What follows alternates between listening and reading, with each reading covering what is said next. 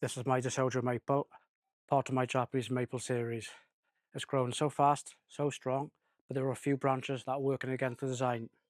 So today I'll show you exactly how I decide what stays and what goes. By the end of this video, this Deshojo maple will have a much cleaner structure. I'll explain every branch I removed, every branch I keep, and why those decisions matter if you're developing a bonsai.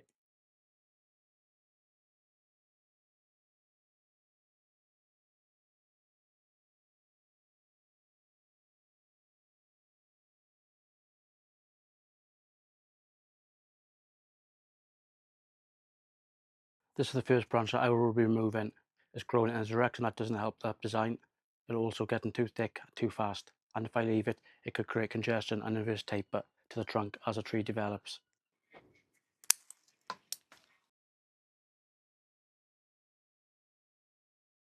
Already the structure is opening up. This branch is a harder decision. It's healthy, but sometimes a healthy branch still isn't the right branch.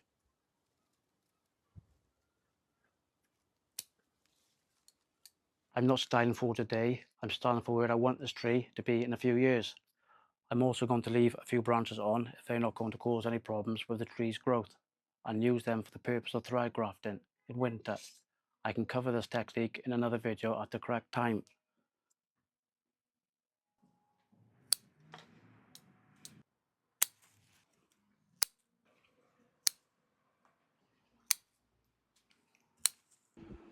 And this is what the canopy looks like now after pruning. I'm not thinking about any shape or design like I mentioned. I'll just keep it on top of this apex, stop it taking over. So as you can see, I've removed quite a lot of growth from the top of the tree. In doing this, we'll allow more light through to reach the lower branches, as they will suffer from potential dieback and poor growth. Japanese maple tend to grow more vigorous at the top of the tree, which needs to be regulated by pruning. I'm not thinking about any design yet or building this apex. Now next, for a bit of attention, is this first lower branch. I'm just going to ease up some of the congestion here, anything that's crossing.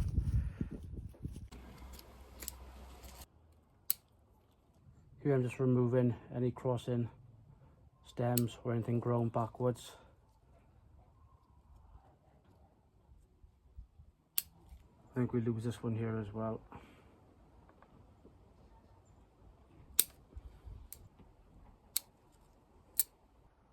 And use the bottom branch layout.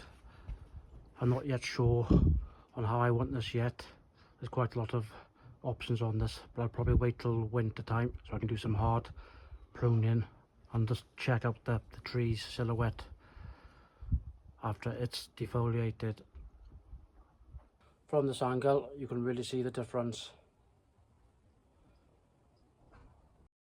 So what's next for this Deshojo? Well, I'll water and fertilise as normal. It's too early in the season to be making large cuts, so I'll have to think about them and perform them in the fall. And I need to think about this air layer. I need to get this off. I checked this morning and it's still too early. I wanted to take it off, but I'd be silly to do that. They got a bad habit of dying after potting, and this is my first one. I want it right. You know, I'll show you my success, but I'll also show failures. But at this point in time, I don't want to fail. I've come too far for this. So I've gone out and bought more moss. So the temperatures drop here now in Wales on Friday. I'm going to pack some moss around that root mass. Hopefully it'll bed into that and end up with something like this. Not this size, but I'll show you now so you know what I mean. Here's the air layer. You can see the roots at the edge. Ideally I want to pack more moss around them so they can grow into the moss. The more roots here we have, the better chance of survival. It may look big now, but it's not that big. Well, that brings us to the end of this tutorial on the Japanese maple Deshojo. Would you have pruned the same branches, or would you have made different choices? Let me know in the comments below. I read every comment and it helps me see how other bonsai enthusiasts approach these decisions. Thank you so much for watching, and I'll see you in the next one.